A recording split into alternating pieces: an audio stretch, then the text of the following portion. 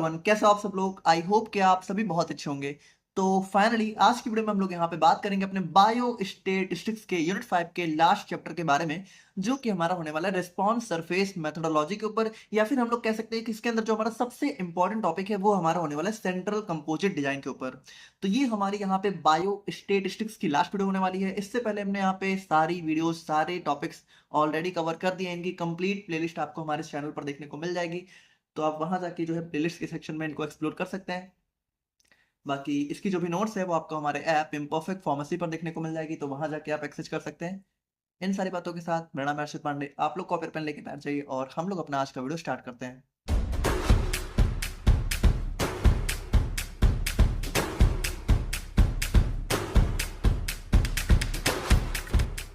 अब देखिए, बात करें हम लोग यहाँ पे रिस्पॉन्स सरफेस मेथोडोलॉजी के बारे में, तो देखो यहाँ पे ये क्या है। देखो, सबसे पहले तो आप लोग एक चीज समझो, ये भी हमारी क्या है, ये भी हमारी टाइप की एक्सपेरिमेंटल डिजाइन टेक्निक है। मतलब हम लोग यहाँ पे एक्सपेरिमेंट को किस तरीके से डिजाइन करेंगे, ये भी उसी की एक टेक्निक है। जैसे हम लोगों ने फैक्टोरियल डिजाइन पढ़ा था, उसी तरीके से रिस्पॉन्स सरफेस मेथोडोलॉजी भी क्या है, एक टाइप की फैक्टोरियल डिजाइन आप लोग कह सकते हो, जिसमें हम लोग देखते हैं कि अगर हमारे पास यहाँ पे दो या दो से ज्यादा फैक्टर्स हैं, ठीक है, तो उन फैक्टर्स का बेस्ट ऑप्टिमम कॉम्बिनेशन कौन सा होगा, वो हम लोग यहाँ पे पता लगाते हैं रिस्पॉन्स सरफेस मेथोडोलॉजी की हेल्प से। देखो, थोड़ा सा पेशेंस रख के आप लोग इसको भी समझना, बहुत ही सिंपल है। जैसे मान लो हमारे पास यहाँ पे दो फैक्टर है, टेम्परेचर और स्पीड, ठीक है।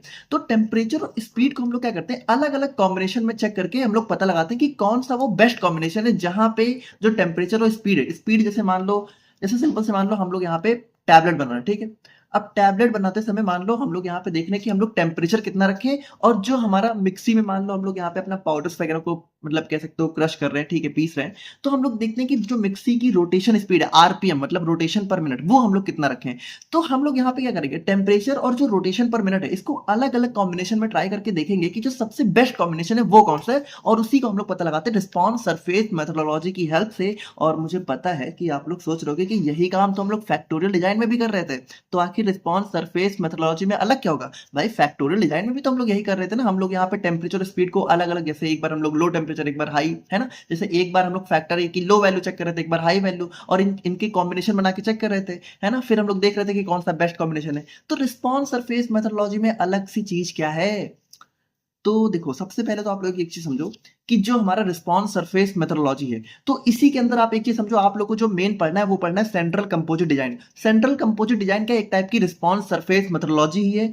और यहाँ पे आप एक चीज समझो कि ये जो रिस्पॉन्स सरफेस मेथोडोलॉजी है, या फिर आप लोग इसी को सेंट्रल कंपोजिट डिजाइन बोल लो, हालांकि ये इसका पार्ट है ना, इसके और भी टाइप होते हैं।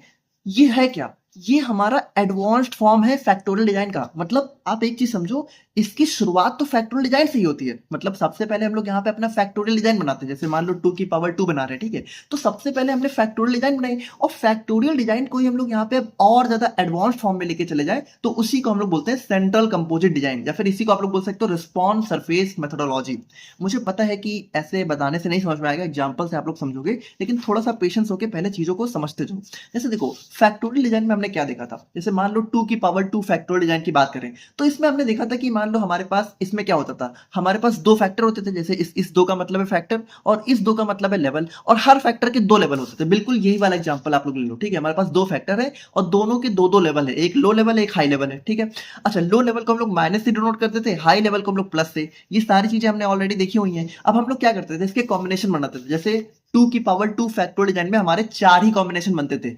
एक हम लोग क्या करते थे कि दोनों फैक्टर को लो में रख लेते थे। एक हम लोग यहाँ पे क्या करते थे, पहले फैक्टर को लो में, दूसरे फैक्टर को हाई में। फिर यहाँ पे एक में हम लोग पहले फैक्टर को हाई, दूसरे को लो, और फिर चौथे में हम लोग यहाँ पे दोनों को हाई करके चेक करते थे कि कौन सा वो बेस्ट कंडीशन है, जो कि यहाँ पे हमारे लिए कह सकते हो मैक्सिमम आउटपुट निकाल के देगा। यही सारी चीजें हम लोग कर रहे थे। अब आप एक चीज समझो कि रिस्पॉन्स सरफेस मेथोडोलॉजी में भी हम लोग यही सारी चीजें करेंगे, लेकिन यहाँ पे होगा क्या। देखो, फैक्टोरियल डिजाइन में हम लोग क्या कर रहे थे कि मान लो 2 की पावर 2 फैक्टोरियल डिजाइन है, तो इसकी हम लोग यहाँ पे चार चार कह सकते हो कंडीशन ही लगा के चेक कर पा रहे थे। मतलब इसके 4 एक्सपेरिमेंटल रन बन पा रहे थे, है ना। और इन्हीं चारों में हम लोग चेक कर रहे थे कि बेस्ट कंडीशन कौन सी है। लेकिन अभी जो रिस्पॉन्स सरफेस मेथोडोलॉजी है, या फिर कह सकते हो जो सेंट्रल कंपोजिट डिजाइन है, इसमें हम लोग और एडवांस जाते हैं, और हम लोग करते क्या है, 4 नहीं बल्कि अगर मान लो 2 की पावर 2 फैक्टोरियल डिजाइन है, ठीक है, तो इसकी हम लोग यहाँ पे 4 की बजाय 9 अलग अलग कॉम्बिनेशन चेक करते हैं। अब इन 9 में आप लोग बहुत ध्यान से देखा कॉम्बिनेशन कौन कौन से होते हैं। जैसे देखो 4 कॉम्बिनेशन तो यही वाले होंगे जो हमने यहाँ पे देखा, ठीक है, माइनस माइनस माइनस प्लस, यही वाला होगा। लेकिन जो 5 नए आते हैं वो कौन-कौन से हैं? देखो एक यहाँ पे नया आ जाता है 0, 0 फिर एक आ जाता है प्लस अल्फा 0 फिर एक आ जाता है माइनस अल्फा 0 फिर एक आ जाता है 0 प्लस अल्फा, एक आ जाता है 0 माइनस अल्फा। अब मुझे पता है सबसे मेन चीज़ यही है कि आप लोगों को समझना है कि 0 क्या है और अल्फा क्या है, ठीक है? प्लस अल्फा क्या है, माइनस अल्फा क्या है?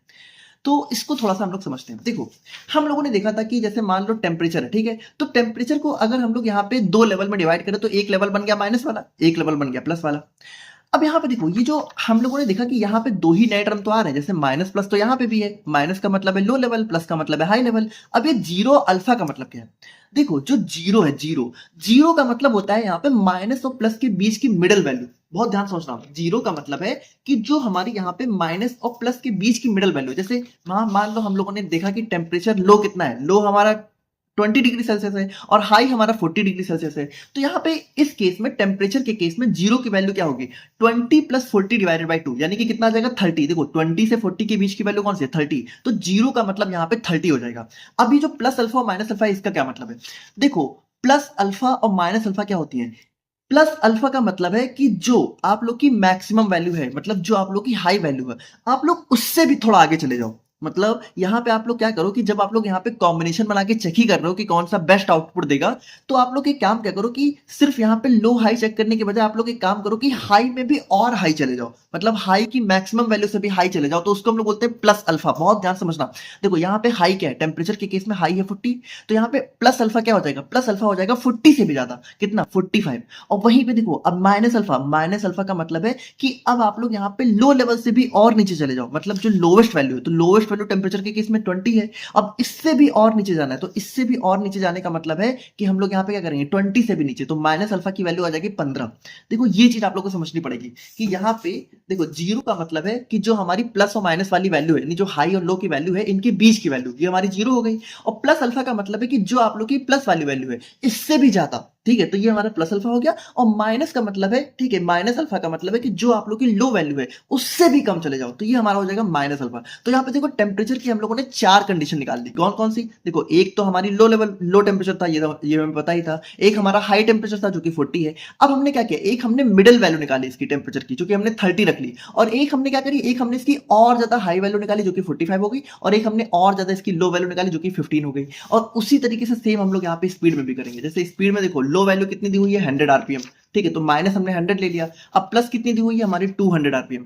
अब आप लोग एक बात बताओ, जीरो क्या होगा? भाई सिंपल सी बात है, 100 और 200 के बीच की वैल्यू कौन सी है? 150, तो 150 हो गया जीरो। जैसे इसको निकालने का फॉर्मूला क्या है? निकालने का फॉर्मूला ये है कि माइनस वाली वैल्यू और प्लस वाली वैल्यू को जोड़ो और 2 से डिवाइड कर दो। जैसे यहाँ पे मान लो 100 plus 200 divided by 2 is equal to 300 divided by 2 is equal to 150। ठीक है, तो यहाँ पे देखिए 150 आ गया। और बाकी प्लस अल्फा क्या होगी? प्लस अल्फा का मतलब है कि जो आपकी प्लस वाली वैल्यू है इससे भी ज्यादा बढ़े। तो यहाँ पे देखिए प्लस वाली वैल्यू कितनी है? 200, तो प्लस अल्फा का मतलब हो जाएगा 200 से भी ज्यादा, नहीं 250। और माइनस अल्फा का मतलब देखो माइनस वाली वैल्यू कितनी है? 100, यानी इससे भी कम। तो यहाँ पे माइनस अल्फा कितना हो जाएगा? 50।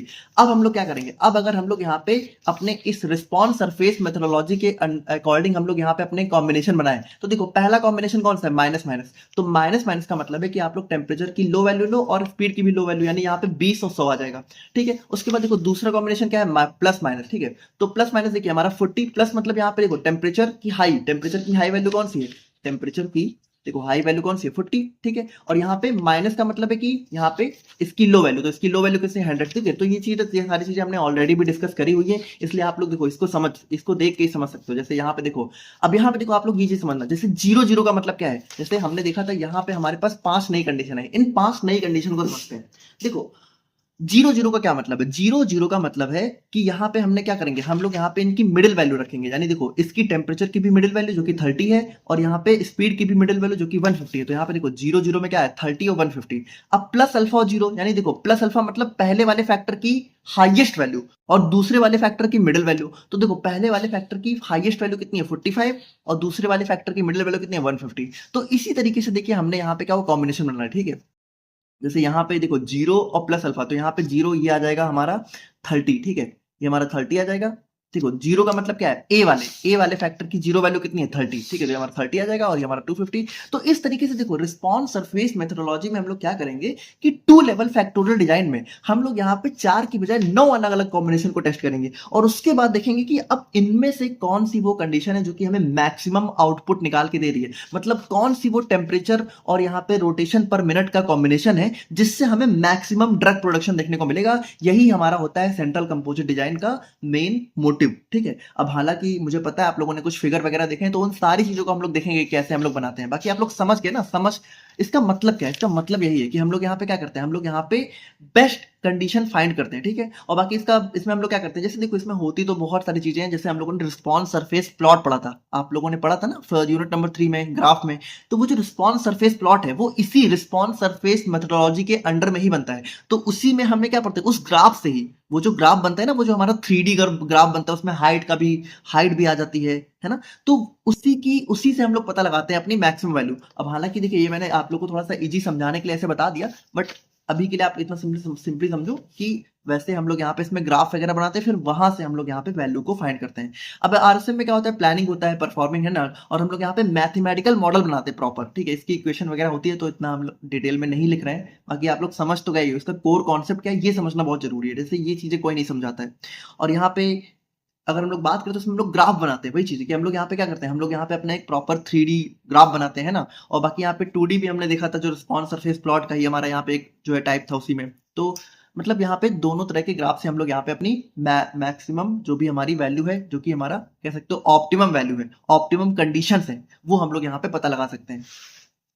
फैक्टर्स की बात करते हैं, यहाँ पे हमारे फैक्टर देखिए, जैसे हमारा टेम्परेचर, टाइम, कंसंट्रेशन, मतलब फैक्टर्स का मतलब ये कि कौन कौन से फैक्टर से क्या क्या इफेक्ट आएगा। और रिस्पॉन्स का मतलब जैसे आप लोग किस चीज की स्टडी कर रहे हो, भाई आप लोग यहाँ पे दवा बना रहे हो तो उस केस में क्या हो गया, यील्ड, मतलब कि कितनी ज्यादा दवा बन रही है। ड्रग रिलीज, मान लो आप लोग यहाँ पे एक एक्सपेरिमेंटल स्टडी इस चीज की कर रहे हो कि जो दवा है वो बॉडी में जाके कितनी दवा रिलीज करेगी, ठीक है, तो उस केस में ड्रग रिलीज हमारा यहाँ पर रिस्पॉन्स हो जाएगा। तो मतलब देखो स्टडी तो हमारी अलग अलग टाइप की हो ही सकती है, उसके अकॉर्डिंग हम लोग यहाँ पे बनाते हैं।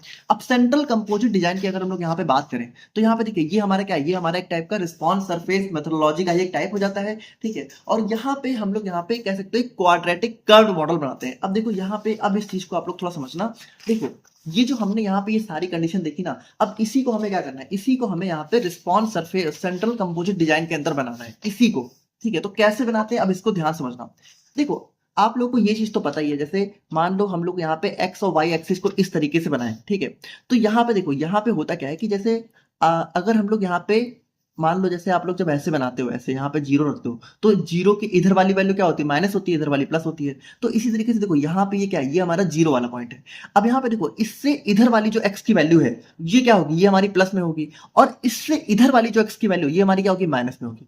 अब सेम आप लोग वाई में चले आओ, तो वाई में देखो जो इस सेंटर पॉइंट से जो वाई की ऊपर वाली वैल्यू है, ठीक है, ये हमारी प्लस में होगी, और जो वाई की नीचे वाली वैल्यू है ये माइनस में होगी। देखो इसके कहने का मतलब क्या है कि आप एक चीज समझो कि अगर यहाँ पे इस वाले रीजन में अगर हमारी कोई भी वैल्यू लाई करी, तो उसके लिए देखो, उसके लिए जो हमारा x है वो प्लस होगा और y माइनस होगा। अब आपको पता है हम लोग यहाँ पे हमेशा एक्स वाई लिखते हैं, यानी जब भी आप लोग यहाँ पे कुछ भी लिखने वाले हो तो उसमें x को आप लोग प्लस रखोगे, लेकिन जो y है वो आप लोग माइनस रखोगे इस रीजन में। क्यों? क्योंकि देखो यहाँ पे y माइनस है लेकिन x प्लस है, क्योंकि x इधर साइड में।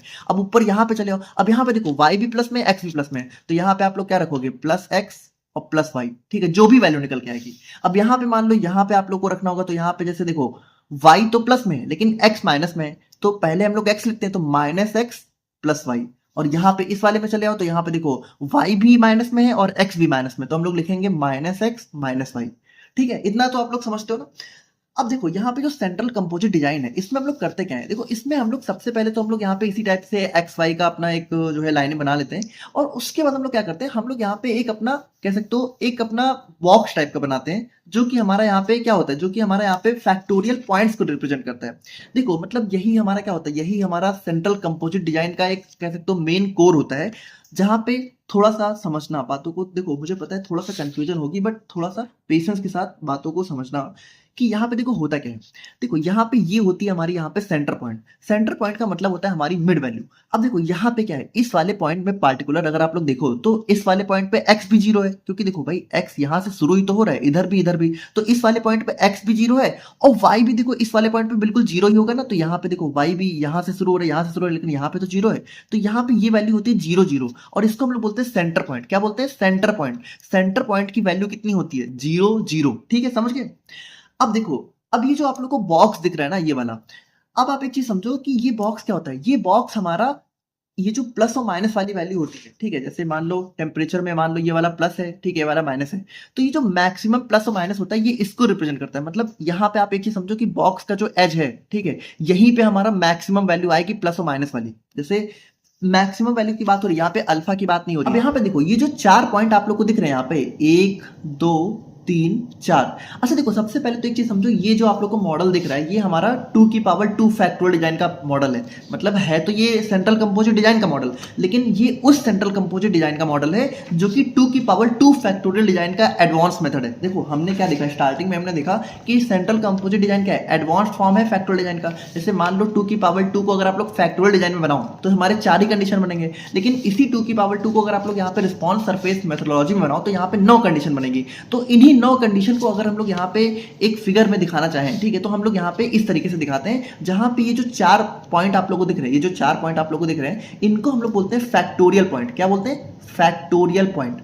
देखो फैक्टोरियल पॉइंट का मतलब क्या है। अब देखो फैक्टोरियल पॉइंट का मतलब ये है कि यहाँ पे हम लोग यहाँ पे जो हमारी ओरिजिनल फैक्टोरियल डिजाइन की जो 4 कंडीशंस होती हैं, इनको हम लोग यहाँ पे इन फैक्टोरियल पॉइंट पे पुट करते हैं, ठीक है। और उसके बाद देखो आप लोग को यहाँ पे बीच वाला तो दिखेगा, ये हमारा सेंट्रल पॉइंट होता है। और उसके बाद देखो आप लोग को ये दिख रहा है 1 2 3 4, इन चारों को हम लोग बोलते हैं एक्सियल पॉइंट। और एक्सियल पॉइंट पे हम लोग कौन सी वैल्यू रखते हैं? एक्सियल पॉइंट पे हम लोग रखते हैं अपनी अल्फा वाली वैल्यू। देखो आप लोग एक चीज समझो, ये जो 4 वैल्यू है इसको हम लोग रखेंगे अपने फैक्टोरियल पॉइंट पे, ठीक है। 0 0, देखो ये जो 0 0 वाली वैल्यू है ये देखो सेंटर पॉइंट पे आ ही गई। अब बची क्या? बची हमारे पास 4 वैल्यू और भी तो बची हैं, 1 2 3 4। इन चारों को कहाँ रखोगे? इन चारों को हम लोग यहाँ पे अपने एक्सियल पॉइंट पे शो करेंगे। अब कैसे शो करेंगे इसको ध्यान समझना। देखो हम लोगों ने ऊपर यहाँ पे देखा ही कि जो ये वाला रीजन है, ये वाला, ठीक है, जहां पे फैक्टोरियल पॉइंट की ये वाला जो फैक्टोरियल पॉइंट आ रहा है, ये वाला, अगर यहाँ पे हम लोग x और y की वैल्यू रखें तो यहाँ पे देखो x क्या है? प्लस में, और y भी प्लस में, यानी यहाँ पे x और y दोनों प्लस में आएंगे। अच्छा यहाँ पे हम लोग करते क्या है कि जैसे हम लोग यहाँ पे करते क्या है कि हम लोग प्लस एक्स प्लस वाई नहीं लिखते हैं, बल्कि हम लोग वाई और एक्स को 1 1 लिख देते हैं। तो यहाँ पे हम लोग लिख देते हैं +1 और +1। क्यों? क्योंकि देखो यहाँ पे एक्स भी प्लस में है और वाई भी प्लस में है, और दोनों के लिए हमें 1 1 लिखना है। तो यहाँ पे देखो एक्स भी आ गया +1 और वाई भी आ गया +1। अब आप एक चीज समझो, बिल्कुल ये हमारा यही वाली कंडीशन है, ये जो प्लस प्लस वाली कंडीशन है, इसी को हमने यहाँ पे +1 में लिख दिया। देखो अगर आप लोग चाहो तो वैसे प्लस प्लस में भी लिख सकते हो। इसका मतलब यही है कि यहाँ पे देखो इस पॉइंट का मतलब क्या है? इस पॉइंट का मतलब ये है कि यहाँ पे आप लोग जो है क्या कर रहे हो, यहाँ पे जो हमारे एक्स और वाई 2 फैक्टर हैं, देखो यहाँ पे हम लोग 2 फैक्टर की यहाँ पे क्या कर रहे हैं? सेंट्रल कंपोजिट डिजाइन बना रहे हैं। तो हम लोग यहाँ पे ये बता रहे हैं कि इस वाले पॉइंट पे हम लोग क्या कर रहे हैं, जो एक्स और वाई है उसकी हाई वैल्यू रख रहे हैं। देखो प्लस का मतलब क्या है? प्लस का मतलब है कि इसकी हाई वैल्यू, तो इसकी हाई वैल्यू देखो टेम्परेचर की कितनी है 40, और यहाँ पे स्पीड की कितनी है 20। मतलब इस वाले एग्जाम्पल से अगर हम लोग समझें तो यहाँ पे देखिए इस वाले केस में जो फैक्टर है, या फिर कह सकते हो यहाँ पे एक्स मान लो, इसको वाई मान लो, तो यहाँ पे एक्स की वैल्यू हाई में कितनी है 40 और वाई में कितनी है 200, ठीक है। तो यहाँ पे आप लोग एक चीज समझो कि यही है, प्लस प्लस या फिर +1 कुछ भी बोल लो, सेम ही चीज है। उसके बाद देखो अगर हम लोग यहाँ पे फैक्टोरियल पॉइंट के इस वाले रीजन में है, इस वाले में, तो इसमें देखो x हमारा प्लस में है लेकिन जो y है वो माइनस में है। तो अब यहाँ पे देखो, यहाँ पे आप लोग क्या करोगे? देखो x और y दोनों 1 1 है, और x हमारा प्लस में, y माइनस में, तो आप लोग क्या करोगे? +1, क्योंकि x प्लस में, लेकिन y माइनस में, तो यहाँ पे आ जाएगा -1। ठीक है, समझ गए? बहुत ही सिंपल है। उसके बाद देखो अगर हम लोग इस वाले पॉइंट पे है, इस वाले, तो यहाँ पे देखो क्या है, यहाँ पे x और y दोनों माइनस में। अब हमें x और y की वैल्यू कितनी है? 1 1, तो यहाँ पे -1, ठीक है, -1, और उसके बाद यहाँ पे देखो, यहाँ पे क्या है? x माइनस में, y प्लस में, तो यहाँ पे आ जाएगा -1 +1। समझ रहे हो ना कितना सिंपल है? तो यहाँ पे देखो इन चारों की हमने वैल्यू पता लगा ली, ये जो फैक्टोरियल पॉइंट थे इन चारों की वैल्यू पता लगा ली, ठीक है। बीच वाली वैल्यू हमें पता है 0 0 है। अब हमें एक्सियल पॉइंट की वैल्यू पता लगानी है। देखो एक्सियल पॉइंट को भी अगर हम लोग समझें तो एक चीज समझो कि जैसे देखो यहाँ पे देखो, ये जो यहाँ से लेके यहाँ तक की जो डिस्टेंस है, ठीक है, इसको हम लोग बोलते हैं +α, ठीक है, +α, यहाँ से यहाँ तक की डिस्टेंस, ठीक है। और यहाँ से यहाँ तक की जो डिस्टेंस है इसको हम लोग बोलते हैं -α, ठीक है, माइनस अल्फा। उसी तरीके से ऊपर भी आप लोग अगर देखो, ऊपर भी, ठीक है, वाई में, तो वाई में भी देखो यहाँ से यहाँ तक की डिस्टेंस है प्लस अल्फा और यहाँ से यहाँ तक की डिस्टेंस है माइनस अल्फा। अच्छा, क्यों प्लस माइनस इतना तो समझ ही गए हो, क्योंकि देखो x यहाँ पे प्लस में है, यहाँ पे माइनस में है, y यहाँ पे प्लस में, यहाँ पे माइनस में है, और हमें रखना चारों में अल्फा ही है। मतलब ये जो एक्सियल पॉइंट है, आप एक चीज समझो, एक्सियल पॉइंट हमेशा यहाँ पे सेंटर से अल्फा डिस्टेंस की दूरी पे होते हैं, चाहे आप उनको y रीजन में लेके जाओ चाहे x रीजन में। अब अगर x प्लस में है तो वो प्लस अल्फा हो जाएगा, अगर x माइनस में है तो माइनस अल्फा हो जाएगा, अगर y प्लस में है तो वो प्लस अल्फा हो जाएगा, अगर y माइनस में है तो वो माइनस अल्फा हो जाएगा। मतलब ये वाला जो पॉइंट है, आप एक चीज समझो, ये पॉइंट जो चारों पॉइंट है, ये वाले चारों, ये चारों ही हमारे बिल्कुल बराबर डिस्टेंस में है सेंटर से, और वो डिस्टेंस क्या है, वो डिस्टेंस है अल्फा। ठीक है, तो अब प्लस और माइनस कैसे रखोगे, वो आप लोग यहाँ पे डायरेक्शन के अकॉर्डिंग रखोगे। जैसे यहाँ पे x प्लस में है तो प्लस रख दो, माइनस में है तो माइनस रख दो।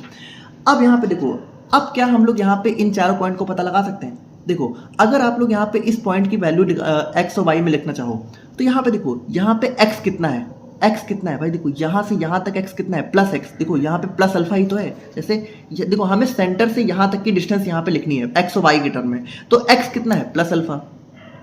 अब y कितना है। अब एक बात बताओ, इस लाइन पे, इस पार्टिकुलर लाइन पे चाहे आप कितना भी आगे चले जाओ, y कितना है, y तो जीरो ही है ना, क्योंकि देखो यहाँ पे इस लाइन में y तो ना आगे बढ़ा ना नीचे बढ़ा, ना ऊपर बढ़ा ना नीचे बढ़ा, तो y तो जीरो ही है ना। तो ये वाला पॉइंट कौन सा हो गया, प्लस अल्फा और जीरो। ठीक है, उसी तरीके से अब यहाँ चले आओ, यहाँ पे भी देखो, यहाँ पे x और y रखना है, तो x कितना है, x है माइनस अल्फा, और y कितना हो जाएगा, y देखो यहाँ पे भी तो जीरो ही होगा ना, क्योंकि देखो y तो ऊपर नीचे बढ़ने पे बढ़ रहा है ना, यहाँ पे इस पूरी लाइन पे तो y जीरो ही है, तो यहाँ पे ये जीरो हो गया। अब अगर इस वाले पॉइंट पे आ जाओ, इस वाले पॉइंट पे, ठीक है, तो इस वाले पॉइंट पे देखो x कितना है भाई। अब आप लोग x बताओ, x क्या है, x मतलब यहाँ से यहाँ तक की डिस्टेंस। अब अगर इसी पॉइंट पे आप लोग x पूछोगे, तो इस पॉइंट पे x कितना है, इस पॉइंट पे तो x जीरो ही है ना, और y कितना है, y देखो, y यहाँ से यहाँ तक कितना आ गया, प्लस अल्फा, तो ये हो जाएगा जीरो प्लस अल्फा। और इस वाले पॉइंट पे सिंपल सी बात है, यहाँ पे x कितना है, x अभी भी जीरो है, और y कितना आ जाएगा, y आ जाएगा माइनस अल्फा। ठीक है, तो आप देखो इस तरीके से, देखो हमने यहाँ पे चारों पॉइंट की नोटेशन बना ली। और अब अगर आप लोग यहाँ पे इसको एक बिल्कुल क्लीन फिगर में देखो, ठीक है, एकदम क्लीन सिंपल फिगर में देखो, ठीक है, तो यहाँ पे देखिए ये वाला हमारा बच गया है, तो ये वाला भी हो जाएगा हमारे यहाँ पे जो है जीरो और माइनस अल्फा। ठीक है, तो अब यहाँ पे देखो, इस क्लीन फिगर में आप लोग यहाँ पे समझ सकते हो कि ये जो 9 कंडीशन है, ये जो 9 की 9 कंडीशन है, ये हमारी इस फिगर में शो हो रही है। देखो कैसे, देखो जो 0 0 वाली है वो देखो बिल्कुल सेंटर में शो हो रही है। ठीक है, जो माइनस माइनस, तो माइनस माइनस देखो यहाँ पे ये -1 हो गया। बाकी आप लोग ये समझो कि ये हमारा यही दिखा रहा है कि इस पार्टिकुलर पॉइंट पे जो हमारे दोनों फैक्टर हैं उनकी हमें लो वैल्यू रखनी है। इस पार्टिकुलर पॉइंट पे हमें पहले वाले फैक्टर की प्लस हाई वैल्यू रखनी है और दूसरे वाले की नो, +1 और -1। ठीक है, यहाँ पे इस वाले पॉइंट में अगर आप लोग देखो तो दोनों की वैल्यू हमारी क्या है, +1 है। ठीक है, सिंपल सी बात है, यानी यहाँ पे देखो ये वाला पॉइंट आ गया हमारा जो प्लस प्लस वाला कंडीशन था। उसके बाद यहाँ पे देखो ये वाला आ गया माइनस प्लस और माइनस, देखो माइनस और प्लस वाला आ गया। अब यहाँ पे देखो जो हमारा क्या था, +0 अल्फा था, +0 अल्फा देखो कहाँ आ गया, +0 अल्फा देखो ये यहाँ पे आ गया। फिर यहाँ पे देखो माइनस अल्फा और जीरो, ठीक है, तो देखो माइनस अल्फा और जीरो, ये भी तो कंडीशन थी, तो ये यहाँ पे आ गई। फिर हमारी क्या थी, 0 और प्लस अल्फा, तो देखो 0 और प्लस अल्फा यहाँ आ गया, और 0 और माइनस अल्फा, देखो 0 और माइनस अल्फा यहाँ आ गया। अब एक चीज समझो, इस फिगर में क्या समझ में आ रहा है, देखो इस फिगर में हमें साफ साफ समझ में आ रहा है कि देखो यहाँ पे जो माइनस और प्लस की वैल्यू है वो तो हमारी इस बॉक्स तक ही है ना, है ना। अब अगर इस बॉक्स से आगे आप लोग बढ़ गए, जैसे देखो अल्फा क्या है, अल्फा इस बॉक्स के भी आगे जा रहा है, तो इस बॉक्स से आगे बढ़ने का मतलब है कि आप लोग यहाँ पे इसकी प्लस वैल्यू से भी आगे आ चुके हो। देखो यहाँ पे इस तरफ आगे बढ़ने का क्या मतलब है, इस तरफ आगे बढ़ने का मतलब यही है कि जो x है उसकी आप लोग प्लस वैल्यू से भी आगे आ चुके हो। और इस तरफ आगे बढ़ने का मतलब क्या है कि x की जो माइनस वैल्यू, देखो x की माइनस वैल्यू मैक्सिमम कहाँ पे, यहीं पे खत्म हो जा रही है, इस बॉक्स पे। अब अगर इस बॉक्स से आप लोग और आगे निकल जाओ तो यहाँ पे क्या होगा, x आप लोग माइनस से भी कम में ले जा रहे हो। ठीक है, तो वही चीज तो है, हमारा अल्फा देखो क्या होता है, हमारा जो अल्फा था, ठीक है, तो यहाँ पे देखिए एक सेकेंड, यहाँ पे देखिए जो हमारा अल्फा था, तो जो x के केस में, जैसे मान लो x टेम्परेचर है, y हमारा स्पीड है, तो x के केस में देखो माइनस अल्फा क्या था, इसकी माइनस वैल्यू से भी कम। तो यही देखो, यही चीज़ समझनी है हमें। ठीक है, ये चीज़ कि ये बॉक्स कैसे बनाना है ये सब तो समझ जाओगे आप लोग, ये तो आप लोग को टीचर्स बता देते हैं, लेकिन इस बॉक्स का मतलब क्या है। ठीक है, तो आई होप कि आप लोग यहाँ पे इसका मतलब समझ पाए होगे। यहाँ पे इसका मतलब क्या है, इसका मतलब यही है कि इस वाले कंडीशन में आप लोग को क्या करना है, जो भी x की, जब यहाँ पे देखो ये पहला फैक्टर और ये दूसरा फैक्टर है, आप इतना सिंपली समझो। ठीक है, यहाँ पे ये क्या है, ये पहला फैक्टर है, दूसरा फैक्टर है। इसका मतलब ये है कि यहाँ पे पहले फैक्टर की आप लोग जो हाईएस्ट वैल्यू उससे भी ज्यादा वैल्यू रखो, और जो दूसरा फैक्टर उसकी मिडिल वैल्यू रखो। ठीक है, तो यहाँ पे मतलब कह सकते हो ये 9 कंडीशन में हम लोग यहाँ पे अलग अलग वैल्यू रख के चेक करते हैं और पता लगाते हैं हमारी बेस्ट कंडीशन कौन सी है। तो अगर हम लोग यहाँ पे देखें तो देखिए वही चीज़ है कि सेंट्रल कंपोजिट डिजाइन हमारे एक टाइप के एक्सपेरिमेंटल डिजाइन है जिसमें हम लोग यहाँ पे क्वाड्रेटिक मॉडल, ठीक है। तो यहाँ पे देखो ये जो हमारा मॉडल है ना, इसको हम लोग बोलते हैं क्वाड्रेटिक मॉडल। जैसे यहाँ पे अगर हम लोग बनाए तो देखिए थोड़ा सा हमारा कर्व इस तरीके से कर्व निकल के आता है, ठीक है। मतलब यहाँ पे एक्चुअल में जब हम लोग ग्राफ वगैरह बनाते हैं, ठीक है, तो ये इसी तरीके से हमारा कर्व वगैरह बन जाता है और यहाँ पे हमें ऑप्टिमम कंडीशन पता चलती है। और इसको यहाँ पे हमारा जॉर्ज ईपी बॉक्स और केबी विल्सन ने डेवलप किया था और यहाँ पे इसका यूज हम लोग वाइडली जो है ड्रग फॉर्मेशन, प्रोसेस ऑप्टिमाइजेशन और क्वालिटी इंप्रूवमेंट में करते हैं। इससे हम लोग यहाँ पे सिंपली एक चीज समझो कि हम लोग पता लगाते हैं कि हमारी best condition, best optimum condition कौन सी है। अब इसके हम लोग कंपोनेंट्स की बात करें, इसमें क्या क्या चीजें होती हैं। इसमें सबसे पहला होता है फैक्टोरियल पॉइंट। तो यहाँ पे देखो ये जो चारों पॉइंट होते हैं 1 2 3 4, इसको हम लोग बोलते हैं फैक्टोरियल पॉइंट। तो ये हमारे यहाँ पे कह सकते हो these are the points from standards, ठीक है, from a standard 2K factorial design. देखो स्टैंडर्ड 2K फैक्टोरियल डिजाइन में क्या होता है कि हमारे 4 पॉइंट होते हैं ना, जैसे मान लो 2 की पावर 2 है तो इसमें 4 होंगे। देखो 2 की पावर 3 अगर आप लोग कर दोगे तो वहां पे हमारी 15 कंडीशन बन जाएंगी। जैसे RSM में तब 15 बनेंगे, लेकिन 2 की पावर 2 करोगे तो हमारी 9 बनेगी, ठीक है। तो यहाँ पे हम लोगों ने 2 की पावर 2 के एग्जांपल में देखा है। तो 2 की पावर 2 में जो ओरिजिनल होता है वो कितना होता है, वो तो यही 4 होते हैं ना। और इन्हीं चारों को हम लोग यहाँ पे अपने इन फैक्टोरियल पॉइंट पर दिखाते हैं। देखो फैक्टोरियल पॉइंट पे हम लोग यहाँ पे क्या कर रहे हैं, इन्हीं चारों को दिखा रहे हैं। ये प्लस प्लस, ये माइनस प्लस है, ये प्लस प्लस है, ठीक है, ये प्लस माइनस है, ये माइनस माइनस है।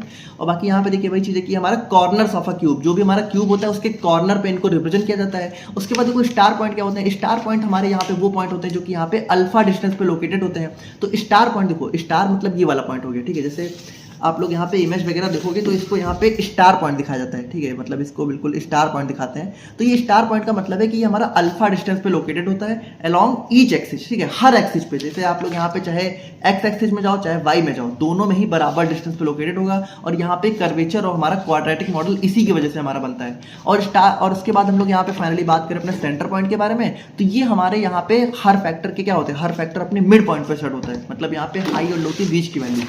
उसके बाद यहाँ पे एक्सपेरिमेंटल डिजाइन लेआउट की बात करें तो वो हम लोग यहाँ पे कुछ इस तरीके से बना सकते हैं, ठीक है।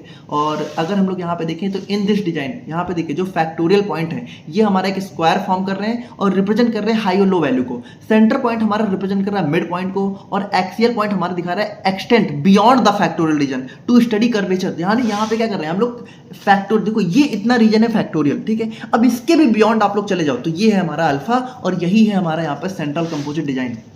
तो अगर हम लोग यहाँ पे देखें तो देखिए यहाँ पे हमारे जो कॉम्बिनेशन है वो हम लोग यहाँ पे 9 कॉम्बिनेशन हमें देखने को मिलेंगे अलग अलग, है ना। देखो वही चीज़ है कि सेंटर पॉइंट पे क्या है 0 0, फैक्टोरियल पॉइंट पे देखिए फैक्टोरियल पॉइंट पे कौन कौन से, एक है माइनस माइनस 1, एक है माइनस प्लस, एक है प्लस प्लस, एक है प्लस माइनस, ठीक है। स्टार पॉइंट पे हमारे ये 4 कंडीशन बनेंगे और यहाँ पे 9 एक्सपेरिमेंटल रन होंगे, ठीक है, जहाँ पे हमारे 4 फैक्टोरियल, 4 एक्सिस और 1 सेंटर पॉइंट होगा। और एडवांटेजेस की बात करें तो हमारे यहाँ पे देखिए, अब एक चीज़ समझो कि अगर हम लोग यहाँ पे एक प्रॉपर 3 लेवल डिजाइन बनाए, ठीक है, तो वहाँ पे जैसे देखो हम लोग क्या कर रहे हैं, हम लोग यहाँ पे 2 लेवल की डिजाइन ही तो पढ़ रहे हैं। जैसे 2 की पावर 2 में ये 2 क्या था, ये लेवल था।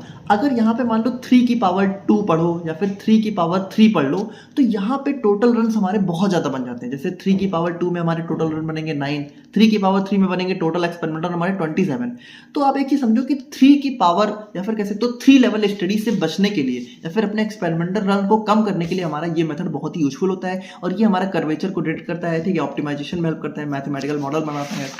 और बाकी देखिए अगर हम लोग यहाँ पे बात करें तो देखिए यही सबसे इंपॉर्टेंट था। बाकी हिस्टोरिकल डिजाइन की बात करें तो थोड़ा सा ये भी टॉपिक दे रखा है। देखो ये कुछ नहीं है, हिस्टोरिकल डिजाइन मतलब यहाँ पे देखो एक सिंपल सा हमारा टॉपिक होता है जिसमें हम लोग क्या करते हैं, हम लोग यहाँ पे जो भी स्टडी है उसके लिए जो डाटा है वो हम लोग यहाँ पे नए तरीके से ना, मतलब हम लोग यहाँ पे नई स्टडी ना करके जो पुरानी स्टडी हो चुकी है वहीं से डाटा कलेक्ट करके और अपना रिजल्ट पता लगा लेते हैं। मतलब हमें कोई स्टडी करनी है तो उस स्टडी में हम लोग क्या करेंगे, खुद से एक्सपेरिमेंट ना करके अगर उसी स्टडी पे ऑलरेडी कोई एक्सपेरिमेंट हो चुका है पास्ट में तो वहीं से डाटा कलेक्ट कर लेंगे। इसको हमने ऑलरेडी भी देखा हुआ था, ठीक है।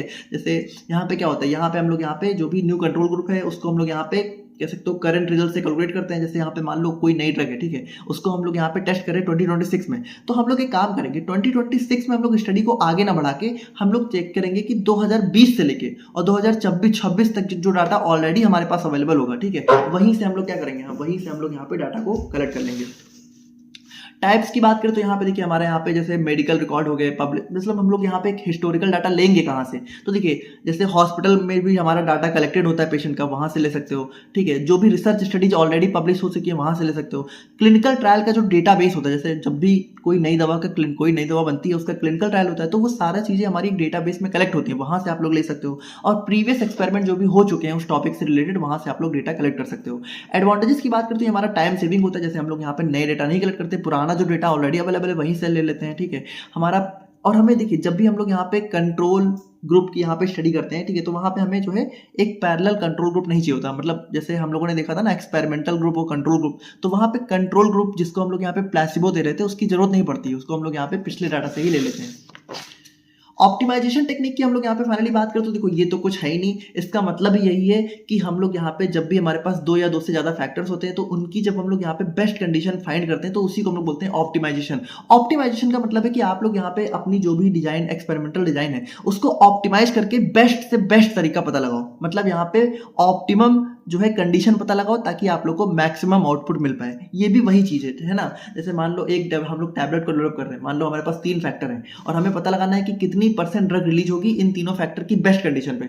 तो हम लोग क्या करेंगे कि हम लोग यहाँ पे इन तीनों कंडीशन को अलग अलग जो है कॉम्बिनेशन में चेक करेंगे, और फिर हम लोग देखेंगे कि कौन से कॉम्बिनेशन में बेस्ट आइडियल ड्रग रिलीज हमें देखने को मिल रही है। और इसको हम लोग कैसे करते हैं, सिंपल सी बात है, रिस्पॉन्स सरफेस मेथोडोलॉजी हो गया, और उसके हमारे और भी टाइप होते हैं, linear programming, non linear optimization, gradient method. तो ये सारे हमारे अलग अलग टाइप होते हैं, और इसको हमने देखा ही ऑलरेडी कि रिस्पॉन्स सरफेस मेथोडोलॉजी में हम लोग यहाँ पे कैसे करते हैं। एप्लीकेशन की बात करें तो drug formulation, drug optimisation, clinical trial, pharmaceutical process development, इन सब में हम लोग यहाँ पे इसका यूज करते हैं, और हमारा टाइम बचाता है, एक्सपेरिमेंट को रिड्यूस करता है, और हमारा एक्यूरेट रिजल्ट हमें देता है।